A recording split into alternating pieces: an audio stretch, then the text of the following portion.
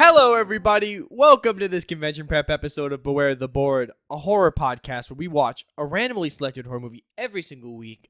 I'm Bob. And I'm Ben. And Bob just lied to you because we're not watching a randomly selected It has been movie. so long since you've done that. Well, it's been so long since we've done extra content. I mean, technically we did it last week. I was about to say, we just recorded one of these. But I was Well, exhausted. technically that was random for me Yeah, that was random for you. because I didn't know we were watching. But I know we're watching this week. So it's not random. It's not random. So you're a liar. A filthy, dirty liar. Don't call me... I don't know why filthy was the word one I didn't like there. Weird things for you, Bob. You can't handle. Anyway, Not to get into that too much. I don't want to talk about that on the podcast. I have something I want to talk to you about.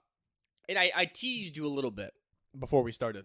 That's a weird Hold on. phrasing. Quit making shit weird, Ben. It's fucking 8 o'clock in the morning. I said you were going to be mad at me. Like more than normal? Yeah, I think so. Ben, I broke the rules last night. You mean your self-created rules about watching movies? Yeah. What'd you watch? I watched the new Alien movie. Oh, it's really good. It's really good, man. Who'd you go watch it with? Me and my girlfriend went. Oh, that's nice. And she did not have a good time. Yeah, see, that's my thing. She got freaked out, man. So I don't necessarily care because, unlike, look, I can't stop you from doing that. No, you can't. And also, it's a good movie. No, it is a good movie. But the thing is, I only went because she was like, hey, I want to go see this horror movie. And I said, well, that's a change of pace because she's very scared. It does not like gore. Bad idea. You could have texted me beforehand and I would have been like, yeah, go ahead. Your girlfriend's not going to have a good time. And we walked out of the movie. She said, that was an awful experience. I said, I had a blast. What are you talking about? It's not a very scary movie. No, that's what I said. I said, that movie is not scary, but it's cool. Very action-packed. Oh, it's so much fun. It's a lot of fun. No, I really liked it. I just wanted to talk to you about it because I was so excited about it last night, but she wasn't into it. So I was like, I want to talk about this with somebody, but I can't say anything. Yeah, no, it was super cool. I just had this whole conversation with Bob. I'll bring it up. I own the Alien RPG, right? Yeah, which is why when I saw that, I went, oh my God. And I have been thinking about getting it for a long time. I just bought the starter set because I was finally like, you know what? I've been not buying this for years. Might as well finally do it because with that movie coming out, I think I have enough friends that are now interested in the IP to actually run it as compared to like a couple years ago. But after having like read through the rule set of the game, I was looking at it, I was like, you know, Alien Romulus really feels like someone ran a game of the Alien RPG and just made it a movie. No, not to get into spoilers of this film. And first of all, I've only seen the first one. I've only seen Alien. And Alien Romulus. Yeah, which is the newest one. The newest one. So which is standalone, so. It is standalone, but it also takes place like after the first one. After the first one. Yeah. So that's pretty cool. Essentially a requel kind of thing. Mm-hmm. Which, whatever. I don't mind. But having only seen Alien, this movie is a lot more body horror in a lot of ways. Like, there's a lot more, like, gross shit that just happens to people, which I think is fucking awesome. Like, I had a blast with all of the, like, you know, chest bursters and stuff like that. Like, all that shit was so cool, dude. And all, like, the face huggers and stuff, like, oh, it was so good. I had such a good time. I think they did so much cool creative stuff with this movie. I feel like the coolest part was watching how far they stretched sci-fi in a sci-fi movie that's already pretty, like, hyper scientific.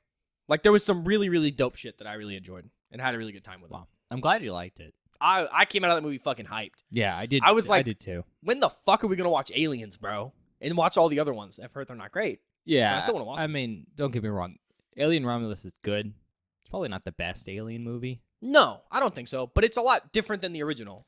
It is very different. Which is why I think I liked it so much. Because, like, the original was great. Don't get me wrong. I'm pretty sure we gave it Best Movie of the Year last year. It's so at the awards. Like, it's an incredible film. And, like, it's much more of, like, a cinematic masterpiece than Alien Romulus. But Alien Romulus is a fun, good time. Yep. That was kind of how I came out of it. And also, the characters in Alien Romulus are really good. Surprisingly so. I don't necessarily like them. No. They kind of suck. But that's the good part, I think, is that they kind of suck. Yeah, that's kind of the fun thing with that series is we have different characters every time. That is something I wanted to talk about. Like, I love the fact that the first movie, space truckers, which I think is hilarious. It's awesome. The second movie, from what I know, it's like military. Like, it's like literal space marines. It's space marines, yeah. Yeah. And then this movie, it's like, oh, a bunch of ragtag kids trying to get off this shitty planet dealing with aliens. And that's fucking fun. Yeah. Like, it's so cool. Also, I just want to put this out there. I love Andy so much. He might be my favorite character in that movie. Can't imagine why. I knew you were gonna fucking say that.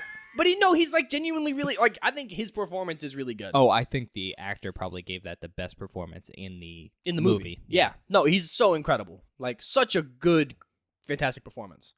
And also, you're right. The last 20 minutes is fucking horrific. Yeah. I had to spiel about it to somebody, bro. I've been holding that in for like a whole day. I'm glad you got it out. It's kind of one of the benefits of doing the podcast is we get to watch movies and then geek out about them. Oh, it was so much fun. I had such a good time. Must have been weird to do that with your girlfriend and then be like, oh, yeah, I was like, oh, you're not into this like I am. Okay. She was like, that was gross. And I was like, yeah, that's awesome. She was like, I might have nightmares. I said, no, we don't have nightmares. Like, what are you talking about? You have beautiful dreams. Yeah, like, just chill. Okay. Anyways, convention prep? Yeah. We can move on now. Okay, so like I said, this isn't a random movie. We announced it last week. True. We are doing Fright Night. Yeah. But the original Fright Night, so that's from 1985. Okay. I would say this is like, I wouldn't say peak of horror, but like 88, I would say 82 to 86 is like where we're getting a lot of really good stuff. Yeah. For a lot of people, at least. This is prime time in the horror genre. I mean, yeah, the 80s are really big for horror. Yeah. Do you know what this movie's about? Absolutely not. I know my girlfriend likes it, and she was like, oh, you guys gonna watch Fright Night? It's really good. I like it. I'm not telling you anything. And I was like, thank you. That's good. Yeah. Shout out to her. I appreciated it.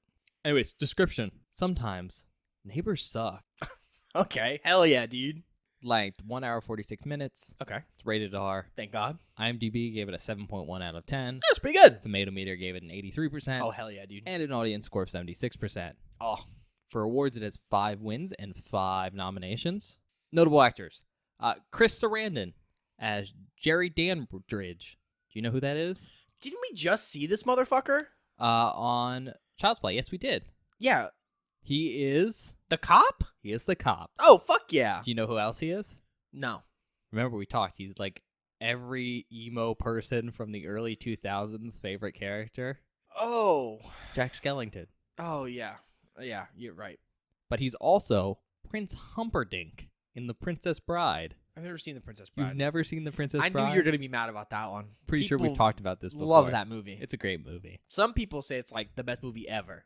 I know for a lot of people it's their favorite film. That's what I was about to say. A lot of people say it's their favorite. I don't know if objectively it's the best film ever, but as far as like princess stories go, yeah, especially live action, it probably is the best. Sure.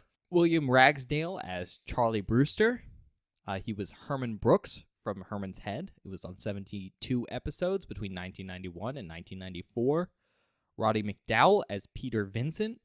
He was Hugh Morgan in How Green Was My Valley, as well as Cornelius in Planet of the Apes. Oh. He was actually a lot of different people in Planet of the Apes, like the original franchise. Oh, that's cool. Not the new one. Mm-hmm. Amanda Bierce as Amy Peterson. She was Marcy from Married with Children. She was on 260 episodes between 87 and 97. God damn. Stephen Jeffries as Evil Ed. He played Hoax in 976 Evil. Are you familiar with 976 Evil? Talked about this before. Do you know why we've talked about it before? Phone stuff? Robert Englund. Yes. That was a weird way of putting about it. Well, no, because we talked about it on Black Christmas. Yes. Because that had to do with phones. And Robert Englund came up for some reason. Yeah, so 976 numbers used to be numbers you could call to like interact with celebrities. Yeah. Well, not actually interact with celebrities, but they were like fun call numbers. And 976 Evil is very specifically directed by Robert Englund. Ah. But yeah, you could call like a 976 number and talk to like Freddy. Oh, that's sweet. Back in the 80s. Anyways, Jonathan Stark as Billy Cole. He played Charlie in House 2, The Second Story. What a ridiculous... I'm sorry. That movie name is enraging. That's on brand. House 2, The Second Story. Explode immediately. The House franchise isn't the greatest. Talking about Monster House, bruh? No, just it's called House. I know, but that's what it reminds me Monster of. House is a different thing. We should watch Monster House. That movie's not good. When was the last time you saw it? Oh, when I was a kid. I not- still don't think it was good. It's not that bad. Really? Like as an adult, it's not that bad. Okay. But it's got some fun memes. It does have some fun memes. Like one of the dude fucking... Grabs the food. Yeah, fucking munching it up. Dorothy Fielding as Judy Brewster. She played Emily in Kiss Me Goodbye. Art Evans as Detective Lennox. He played Barnes in Die Hard 2. Stuart Stern as Cook. He was the writer of Rebel Without a Cause. Bob Korff as Jonathan. He played Cole in Gas, or It Became Necessary to Destroy the World in Order to Save It. Jesus Christ, that's a mouthful. Yeah, it is. And then finally, Pamela Brown as Miss Nina. She was a nurse in The Day After. Now, this is kind of one of the more interesting facts, but this film is written and directed by Tom Holland. Oh, well, now this makes a lot more sense. Same guy who did Child's Play. Child's Play, or at least directed it. Yeah. Fun fact for you, did you know Tom Holland worked on Class of 1984? I did not know that. You know that trauma film? Mm-hmm. That's a good movie.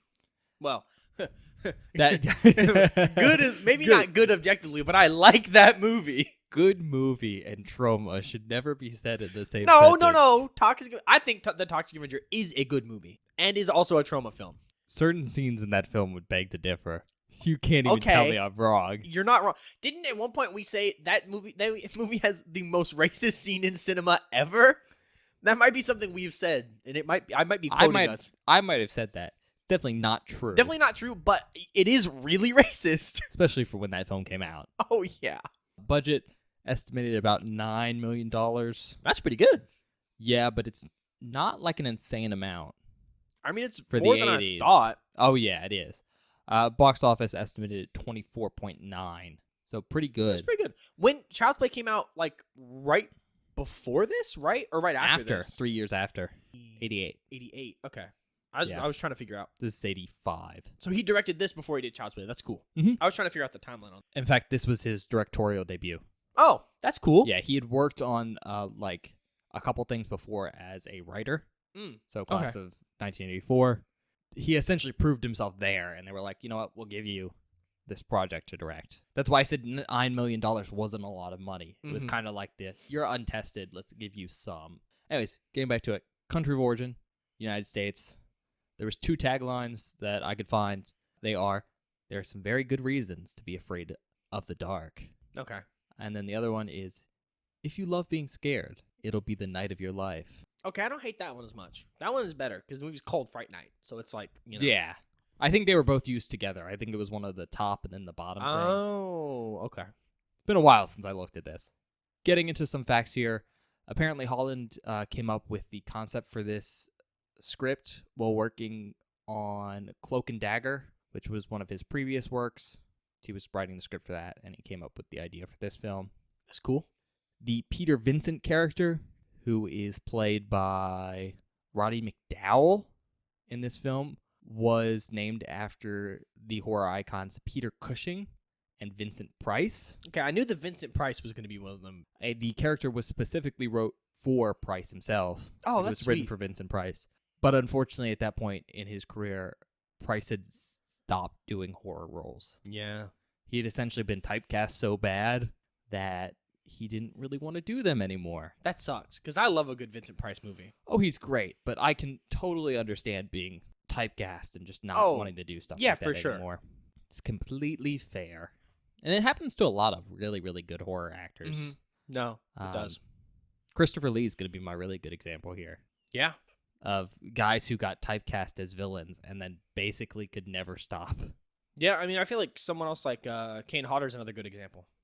Like, he's been typecast as, like, big, scary man. But he's very good at it, and I think he enjoys it. But also, seeing him do non-big, scary man roles are also awesome. No, he definitely enjoys it because, again, he's a stunt performer.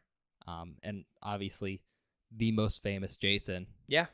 But I heard he was very excited to do the Hatchet franchise because he got to do an actual, like, sympathetic acting role. in No, that. yeah, he's really good at it, too. Anyways, kind of probably the coolest fact for you here, because I know you also come from this background. But apparently, from my understanding, Holland came from a staged, like, acting background. Oh, hell yeah. And so when he was, like, getting into production, he gave the cast and crew roughly 2 weeks of rehearsal time, which they used to perform the entire play on a soundstage, or the entire film like a play on a soundstage, which is super cool That is fucking cool. because you don't hear about stuff like that a lot. And It was actually apparently really helpful for production because it allowed them to essentially work out the kinks of everything before they actually had to put it to film. Mm-hmm. And so they were able to get most shots done in like only 2 or 3 takes Damn. because they basically fixed all the issues in pre-production. That's awesome. No, that's so cool. Super cool. Principal photography was done really quickly. So it started on December 3rd, 1984 and wrapped up in February 23rd, 1985. Damn. So only a couple months I was there. going to say like 2-3 months. Yeah. At the time of production, Fright Night was Columbia's lowest budgeted film Damn. at $9 million. So Lowest budgeted at $9 million is insane. yeah, but like I said, not a lot of money. I mean, I know movies are expensive, And but again, we've seen movies made for less. yes, but this is like big studio horror in the 80s. True. Fair. Context, you know?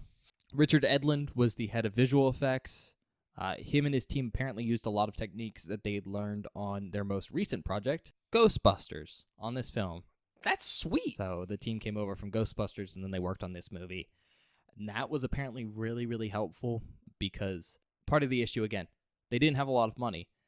This film has some decent effects on it, and decent effects are expensive. So having a team that was very experienced in essentially cutting edge like effects at the time allowed them to cut costs a lot because they basically figured out all the issues for doing certain effects on Ghostbusters, which had a Probably a ludicrous insane budget. In fact, let's just go check how much Oh, Ghostbusters Ghostbusters had. probably had such a high budget. It probably made so much fucking money. I mean, I think the fact that a Ghostbusters movie came out this year and I saw it in theaters means a lot in this situation. Yeah.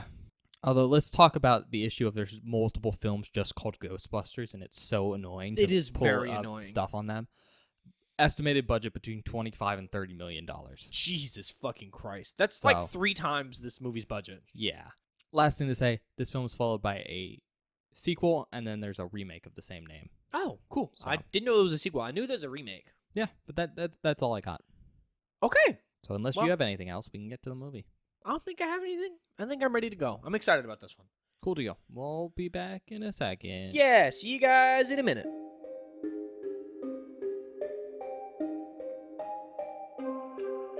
Hi, everybody. Welcome back. We just finished watching Fright Night 1985. I think that's correct. I think you're right that I'm right. We're, Yeah, we're right. probably. We are correct. Sure. Let's go with that. I think it's 5. But yeah, what'd you think of Fright Night? I thought it was cool. I liked it. I thought it was a very fun movie. Yeah, it's a good vampire film. Yeah, which, Very 80s too. something I didn't know about this movie that it was a vampire movie. Yeah, you did not. I was Which was surprised very funny. by how long it took you to figure out it was a vampire film. Oh, I figured that out almost immediately when the title card came up and then 2 fangs came off the end of Fright Night. I said, Yeah, oh, that's what it's- kind of movie this it's is? fairly obvious at that point where it's like, oh. But it was cool. I didn't know it was going to be a vampire movie, so I was surprised. Because we haven't seen that many vampire films on the podcast. We've seen what? Martin? Dracula? Is that it? That's it, I think, for vampire movies. Technically. That feels Small. smaller. Yeah, Yeah. exactly. Why haven't didn't you pitch vampires as a category? In the random or something? I don't- Vampires just somewhere. I don't think so. We've talked about it. Maybe I'll pitch vampires You've next pitched season. zombies like multiple times. That might be why we haven't covered vampires. Don't you dare put this on me. You pitched zombies 3 times. So? You have a problem. It's been good every time. You have a problem. I don't have a problem You at have all. a problem. The first step to admitting you have a problem is admitting you have a problem. Well, that seems like the only step. Exactly. The one-step plan. It's a one-step It's plan. foolproof. Clearly, it's not foolproof because you refuse to admit it. I don't have a problem, Ben. I think if we get to 10, we can admit I have a problem. But before that, I think it's okay. I 1 still through 9 is clean. I think 3 is a problem since you tried to have the same exact category twice in a row. But it was like a fun little thing.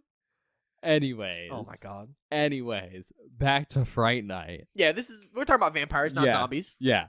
Good movie. As always, we're going to do like a brief little rundown before we get into talking about the film. So, spoilers ahead. So we recommend you go watch the movie before, we spoil stuff. For sure. We say this all the time, and I feel like I'm always repeating myself on the show. This is a movie where I think you definitely need to watch it before you have it spoiled because there's a lot of it takes a lot of the tropes of vampire movies and kind of twists them and contorts them in really cool ways. And I don't want that to be spoiled by our review, because I think part of the fun of this movie is watching that happen. And if it's spoiled, it won't hit as hard. But I think you can watch it not completely blind and still have a good time. Sure. It's not, one of those films. No, I mean, there is one thing that I'm thinking of that is like, if I knew that was going to happen, it would have not been as good for sure. Like, it would have been way worse. With that being said, though, I'm going to get into it. What this film's about is it's about this guy. His name's Charlie Brewster, and he's your average teenage boy. Horny. Yep. Obsessed with horror movies. Failing trigonometry. Failing trig. Everything normal. And right next door, a new guy moves in. His name is... Do you know his name? Is it Jerry? It is Jerry. Yeah. Nice. His name's Jerry something. Danbridge. And then he has a carpenter roommate, Cole. I mean, look, you said We'll get into that we're not later. getting into that right now. And long story short, Charlie becomes convinced that his neighbor is a vampire Yeah. and is set on proving it and murdering said vampire. Yeah. That's the that's plot it. of the movie. That's the plot of the movie. Horror-obsessed child thinks his neighbor's a monster. Yeah, pretty good. Yeah. No, I mean, I had a really good time. You said it, this movie's very 80s, but I think that fucking rocks, honestly. Like, it's so much fun. Shocker, Bob loves the 80s. Oh my god, bro. So we're going to actually get into spoilers now. Anything you want to start with? I mean, I mentioned it a minute ago, but we could start with the fact that while this is a vampire movie, it has all the classic vampire stuff of, like, crosses and garlic and stake through the heart and shit like that. And, like, vampires turn into bats and there's, like, mist and fog and they burn in sunlight. It also does a lot of really interesting stuff with those vampire tropes that I think is really fun and very... Honestly, it feels very much like... Because, like, we watched the original Dracula, which is a very classic vampire movie. In fact, it might be the classic vampire we watched movie. Martin, which is technically a vampire movie, but... Maybe. Maybe. This is very much, honestly, my favorite version of a modern vampire movie that we've seen so far.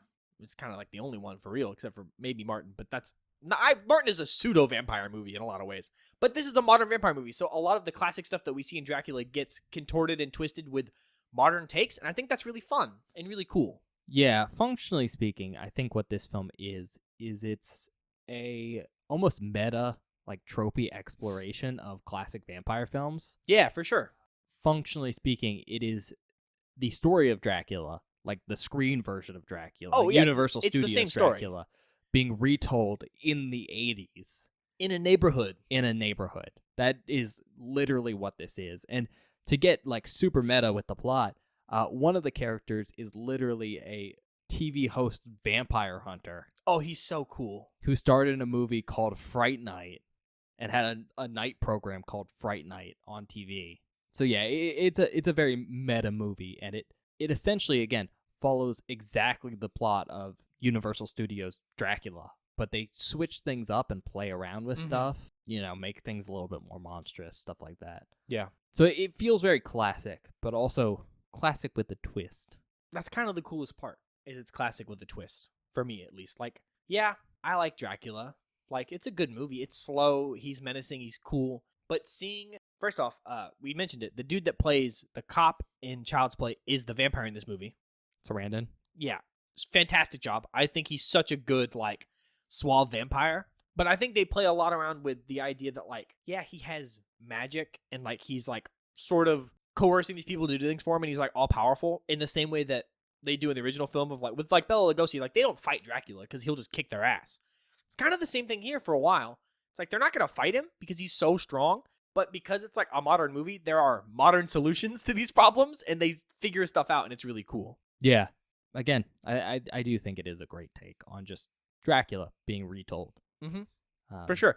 Especially with, like, a child protagonist. Oh, yeah. I mean, straight up, all the characters line up. Yeah. Obviously, Jerry's Dracula, but, like, his roommate is obviously the Renfield. Mm-hmm.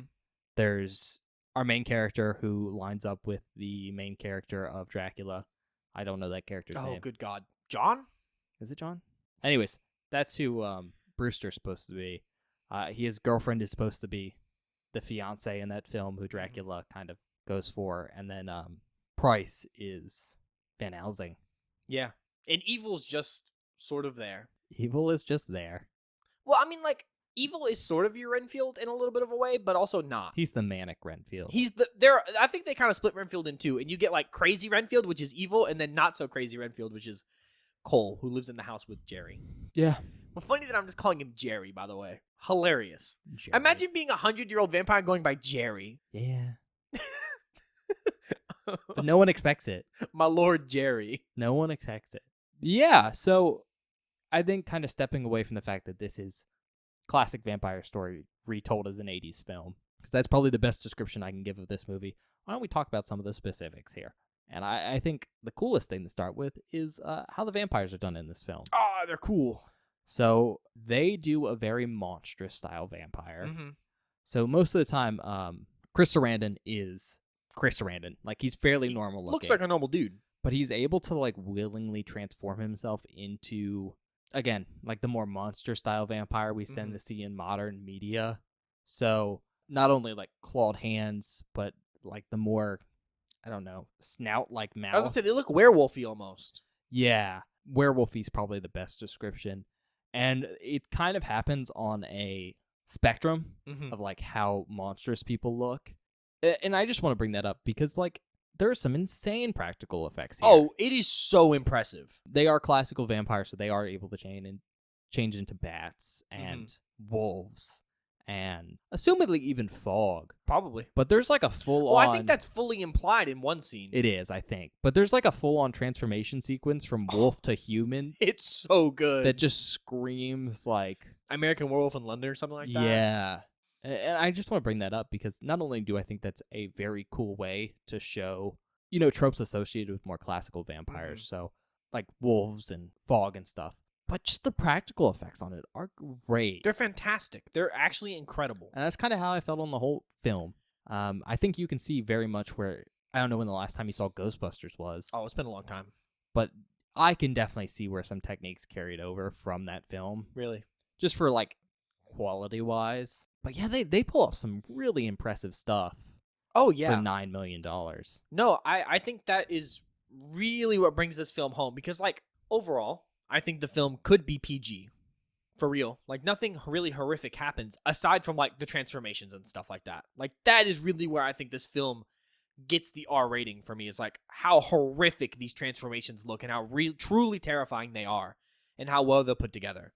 Because, like, I'm gonna be honest, the vampire doesn't really kill that many people. There's not a ton of blood and guts and gore. No, he does kill a couple people, but it's all off screen. It's all off screen, and the people we see him kill on screen is like pretty chill compared to like anything else. Does he kill anyone? That on guy's screen? definitely dead, Ben. That dude in the nightclub. He maybe killed a guy. That guy, Ben. He might have survived. That guy did not survive that. That's fucking crazy of you to say. He literally, no, that guy's dead. I don't care what you tell. He just got That the guy is side of dead. his throat clawed. Just the side. Not But the it was front. it was like all the way gone. Bro's dead. Maybe Leon's dead. fine though. Leon's okay. Leon's okay. He's got a thick neck. But my point is, I think that the practical effects and the like monstrous way that they portray the vampires is really what pushes this film into an R rating. Yeah, it's really what adds the horror elements. Yeah, for sure. Because functionally speaking, that's what sets it apart from a classic Universal monster film, is how intense the effects are. Yeah. Because without them, it's, I don't know, It's fairly tame and PG. Yeah. Well, aside from how horny this movie is. Oh, yeah. See, that's a good transition. This movie is wildly horny. This movie's very horny. And I got to put this out here. It's just as sexual as you'd expect from a vampire film. Oh, 100%. In fact, I would say it's maybe even less sexual than the original Dracula. The original Dracula is mega horny. Which is a very sexually charged film. And I mean, I think that's kind of the standard thing you expect from vampires. Oh, yeah. Especially if you're doing like a retelling of Dracula, which in and of itself is just a very sexual book and film. Yeah, because it's, at this point, culturally, and even in the 80s, vampires are just wreathed in sexuality. That's kind of the whole point. The whole analogy of, like, biting someone and transferring blood. I was about to say, just blood in general? Is, you know, definitely oftentimes used as an illusion for sex. But this film really focuses in on the fact of sexuality because Jerry specifically preys on prostitutes at first, assumedly because it's easier to, like, have them die Mm-hmm. and have the police kind of like cover it up themselves. Yeah. Not to mention, it's easier to get them to come to his house Yeah. unsuspecting. And we do see, I believe he's having sex with them Oh, as well. yeah. I think he's definitely banging them. But who knows? Maybe Who he's knows? just feeding. But where the film really becomes sexual is he ends up preying on Amy, which is Charlie's girlfriend. And that's its own That is another can of worms, Benjamin. can of worms because I don't know how old they are. They are in high school. They are in high school, And though. Jerry is hundreds, if not thousands of years old. He is at least not in high school. He is definitely not in high school. That's And- fair. I do want to say, super inappropriate, Oh, very. but they do a great job of like just pouring so much sexual tension Oh, into the scenes Yeah. with Amy and Jerry's character. And it's very well done. And it's not super, like, graphic either. It's very, like, tasteful. Like, it's not, like, pornographic. Yeah, but there are some insane allusions Oh, to sex. Yes. They're dancing at a club in one scene, and she just like squats in front of him. And well, I think in the outtakes, I hope it's in, I go, is no one else seeing this right now? Like, what is going on? It looks like she's gonna perform oral sex in the middle of this club, and that's just shot so well to show Mhm. like the effect he is like a vampire's having on this person. Yeah. So uncomfortable, but I think that's the point. That is the entire point. And the other one I want to bring up, because it's such an obvious illusion, is they make jokes about it in the film, but there's like homoerotic undertones between Jerry and Cole, I think Yeah. is his name. And I think Bob said to me during the movie when I mentioned that, he was like, undertones? It's overtones. You mean overtones? Those two are banging. I don't think they are. I don't think they are either, but it's like super duper like Implied. implied. Yeah. I think the most obvious scene, besides the fact that they're two dudes living together in the 80s, Yeah. and one's a live-in carpenter, Mm-hmm. and that's where the jokes come in, is they're like, people were not very out then, Mm-hmm. and that might be an excuse you give if you're... No, I think Charlie's mom makes the joke. Yeah, she does. But there's just a great sequence where Charlie had stabbed Jerry in the hand Mhm. and like wounded him with a stake, and Cole's helping him like recover in his house.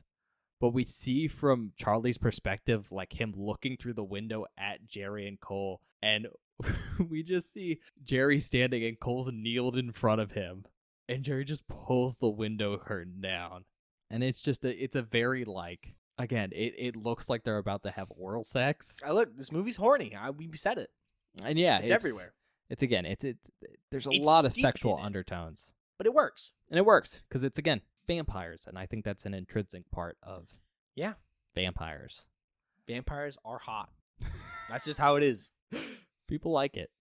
Otherwise, cool stuff this film does is, I think, a lot of the sets. The sets are cool. We haven't talked about Jerry's house.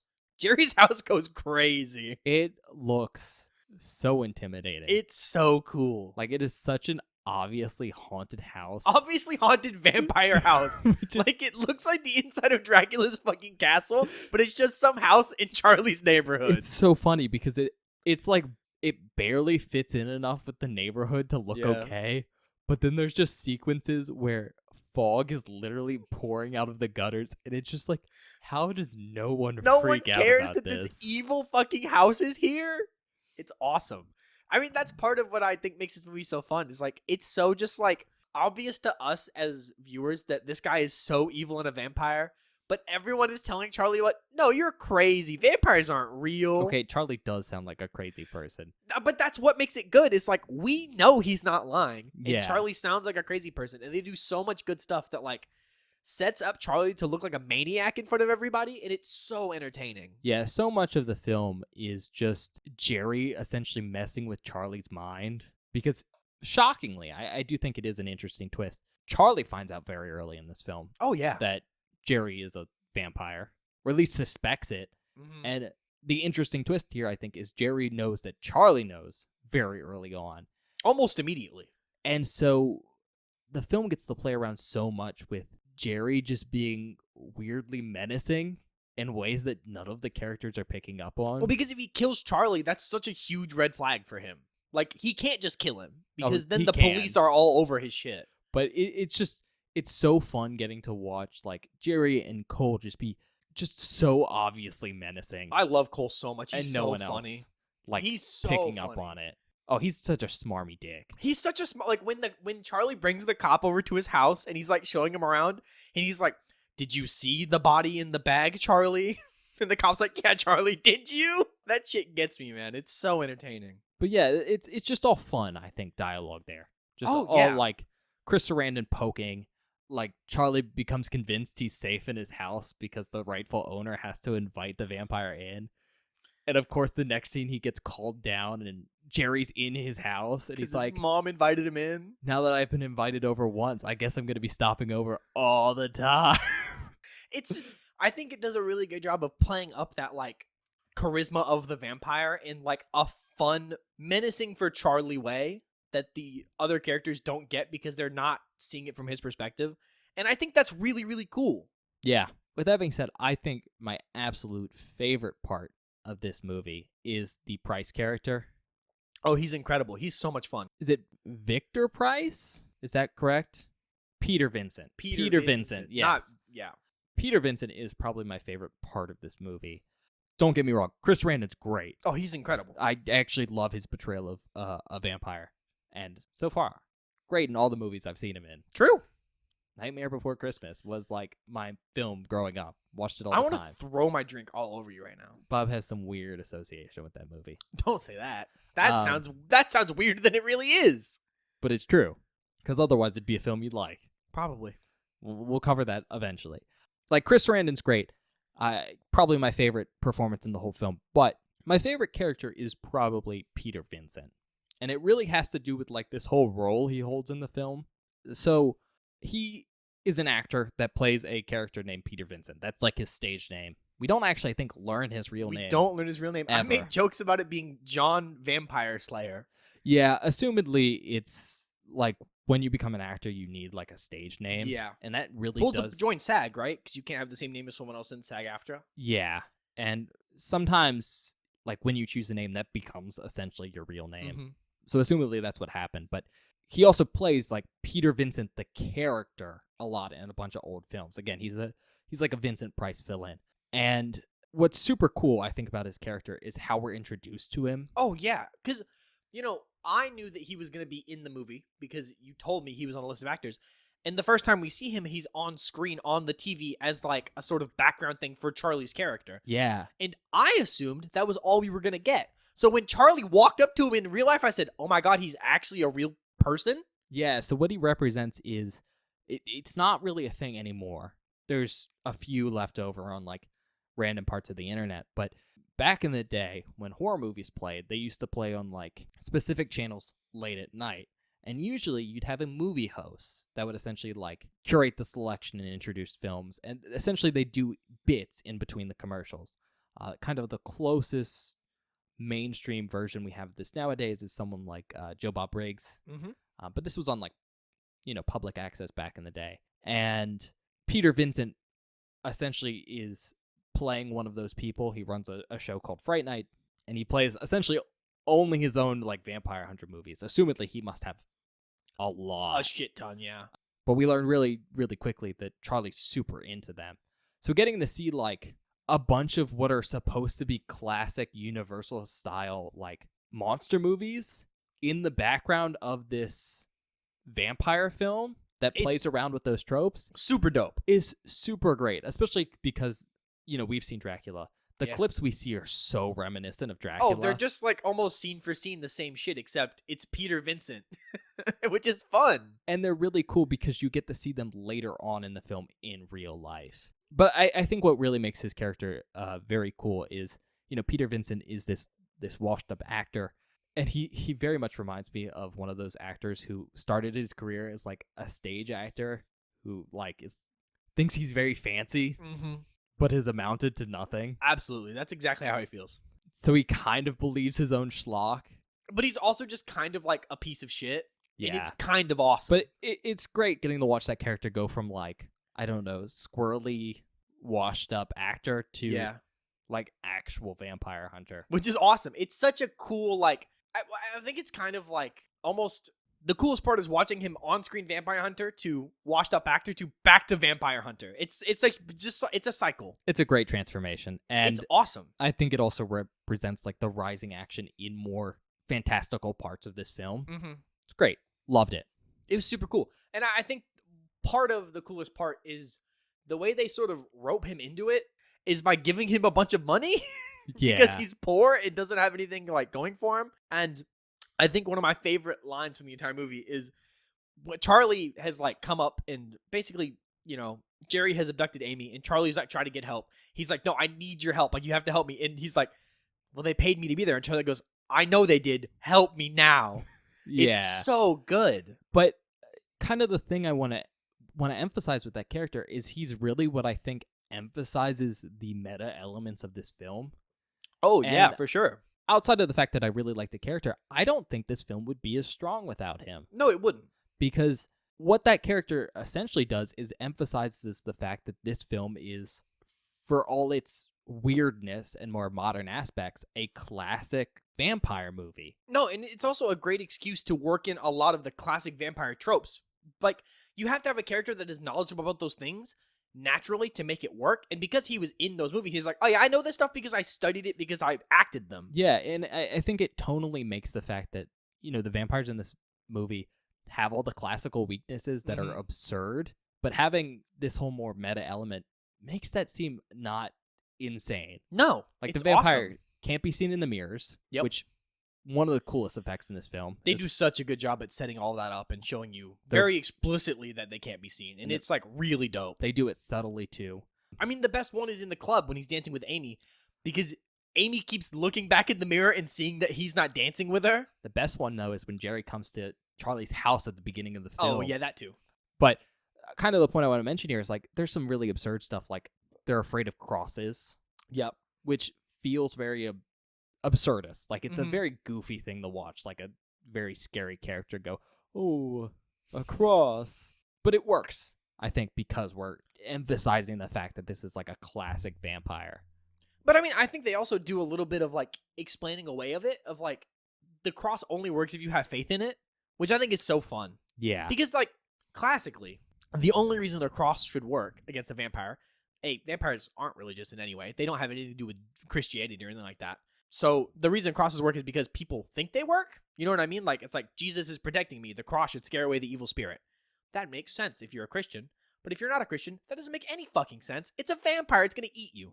It's just a classic vampire thing.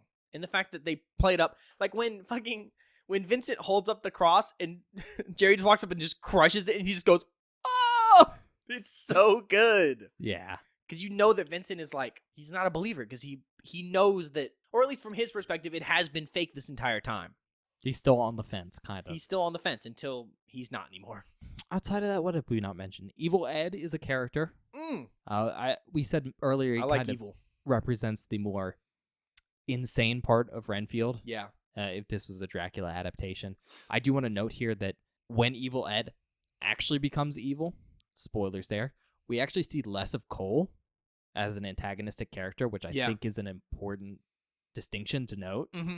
Yeah, for sure. They essentially, again, fill the same role, and when one is done, we switch to the other. Which I think is really fun.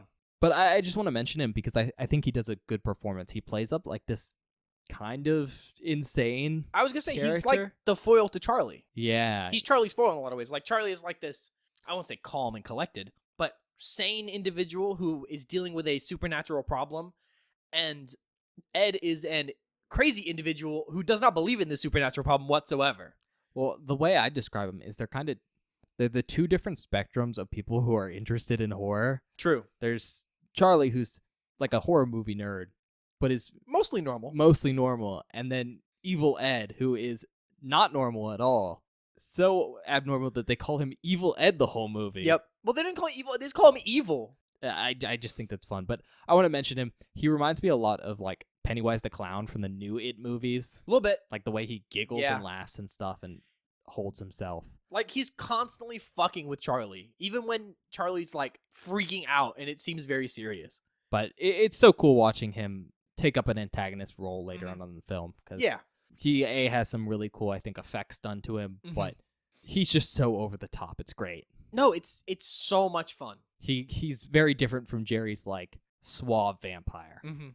It's more the erratic one we see in modern pop culture, and Which is fun. thought that was cool. Yeah, of course. Nah, spoilers, I guess. But Cole dies, and the whole movie we're like, we don't know if Cole's a vampire or not. We just assume he is not because he's been walking around in the daylight. Assumedly, he's human. Assumedly he's human, right? I don't know what he is because spoiler, they kill him and he gets back up, and he has maybe my favorite death in the entire movie. He melts. He melts, but in a way cooler way than just melting. Yeah, my guess is he's some form of like thrall. Yeah, I don't know what he is, but it's super cool. Kind of literally what Renfield's supposed to be in the original Dracula film. Because I think Renfield could go out during the day still. That was like kind of the whole point of his character. Yeah. Such a super great cool death. effects. Like I really, really love his death. I think it's super, super dope. I just wanted to mention that because I thought it was really But again, that's a practical effect thing. And that's kind of the thing here. The practical effects in this movie are great. They're fantastic. They really do help carry the movie into an actual horror film. Yeah.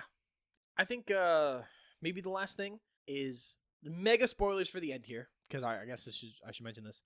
They win. Like, Jerry is dealt with at the end of the movie. Shocker. Shocker, yeah. Classic Dracula, fucking Dracula goddamn dies.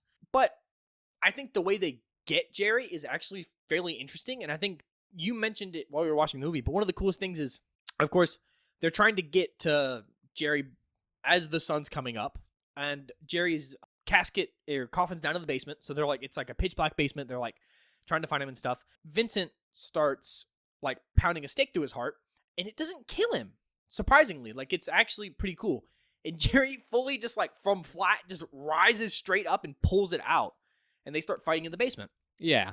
And they have a whole fight sequence. They have a whole fight sequence. I don't want to get into it too much. No. But I think you raise a good point when you bring it up of noting it, because for me, it fixes my biggest issue with the original Dracula film. Which is you don't see Dracula die. He gets staked in the heart, and it's like, oh, this super cool, intimidating character just dies. Off screen. Like that. And it sucks. And that's not what happens in this one. It's like No. a full drawn-out thing. It's a whole drawn-out fight sequence with, I think, the most interesting way to kill a vampire that we've seen in a film so far. And it feels like a character of actual power fought back. Yeah, for sure. For sure. And that's just great to see. That is great to see because, like I mentioned earlier, in the original Dracula, nobody fights him because he's fucking he's actually horrifically terrifying. And in this, the characters fight back.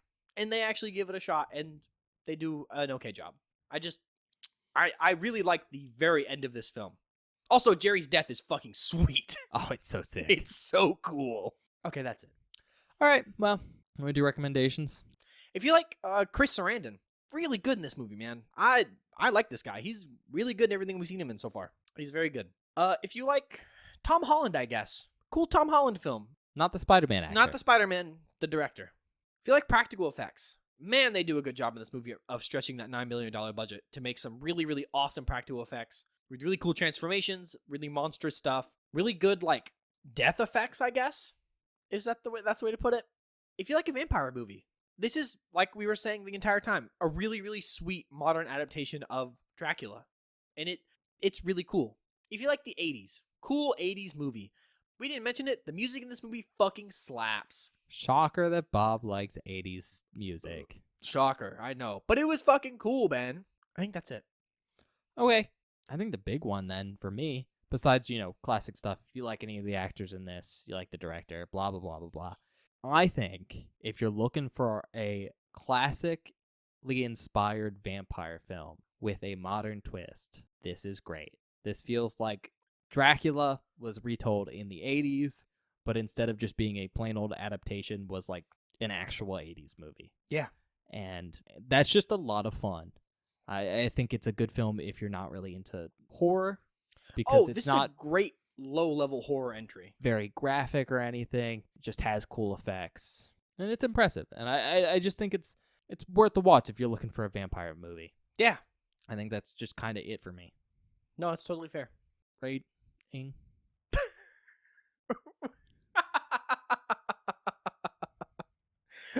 I like this movie a lot.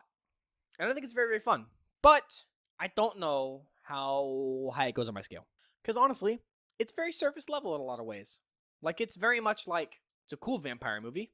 It does a lot of really cool stuff with the effects and whatnot, but I don't know if it is nuanced enough for me to give it a 5. You know what I mean? Like, I don't know if I'm willing to go to a 5 with this one because I feel like there's not enough depth here. Like, it's very, very simple at a baseline. You know what I mean? Yeah, kind of how I feel about it is it's a very, very good movie. And in Yes. fact, I think it does what it wants to do with the concept and the execution as well as I could expect.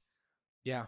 But it just doesn't have that wow factor of a 5. Exactly. That's my thing. I'm not like I was blown away with how good it was, but it's missing something. There needs to be a deeper layer or like substance for me to want to give it a 5. You know what I mean? Like I feel like there's no messaging, there's something missing. But it was still a fantastic watch and I had a really fun time. Yeah, it's definitely close to a 5. It's very, very close to a 5, so I'm gonna go with a 4.5.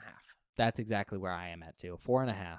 It's I'd say almost a perfect movie. Almost. But there's something. I don't know what it is. I want something thought provoking. You know what I mean? Like I Yeah. want some deeper nuance to it. Maybe it's just the fact that it was such a happy ending that I didn't like. Honestly, we talked about that during the movie. Let's just say I kind of wanted a certain female character to die. I feel like it was a cop out I think not to. I think if they had killed her, that might have pushed me. But then I think we have problems with tone, and that I think that clashes too hard with the rest of the movie because the rest of the movie is not. It's not like a happy movie, but it's not like sad. It's very action and like upbeat. You know what I mean? Yeah, I don't know. I'm just trying to figure out what it is. It's missing something. Because it, for all intents and purposes, should be a 5. But I'm going to go with a 4.5. I think it's missing some nuance because while the characterization isn't bad or anything, like they're all pretty simple characters. Like there's nothing too crazy about them. You know what I mean? Yeah. I mean, it's Dracula. It's Dracula. They all fit their archetypes really well, but there's nothing completely mind-blowing or mind-boggling. I've seen Dracula before. Yeah. Anyways, I guess outtakes? Yeah. We marked a lot today. Well, a lot Yeah. since recently. Don't know how many will go in. I don't know. Hopefully I include the one I referenced earlier because that was funny. Anyway, we'll see you guys in a minute.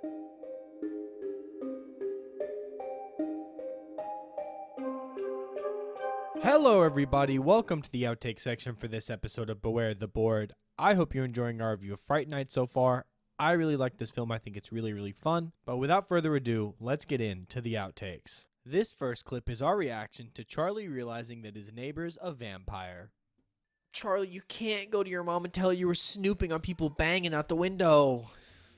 No, he's not telling her. He's just going, what are you going to do? He's a fucking vampire, Charlie. You know, it's very suspect if you're a teenage boy with binoculars in your room. I'm just Yes. putting that out there. For sure, 100%. Not a good look. What else are they used for? Not bird watching, I'll tell you that much. This next clip is our reaction to seeing Jerry's true form for the very first time. Oh, it's like a steak. Yep. That's cool. I don't like how monstrous he became. That's pretty fucking horrific. It makes sense, though, right? It's cool. Holy fuck. You really hadn't seen how monstrous. God damn. Bro's a menace.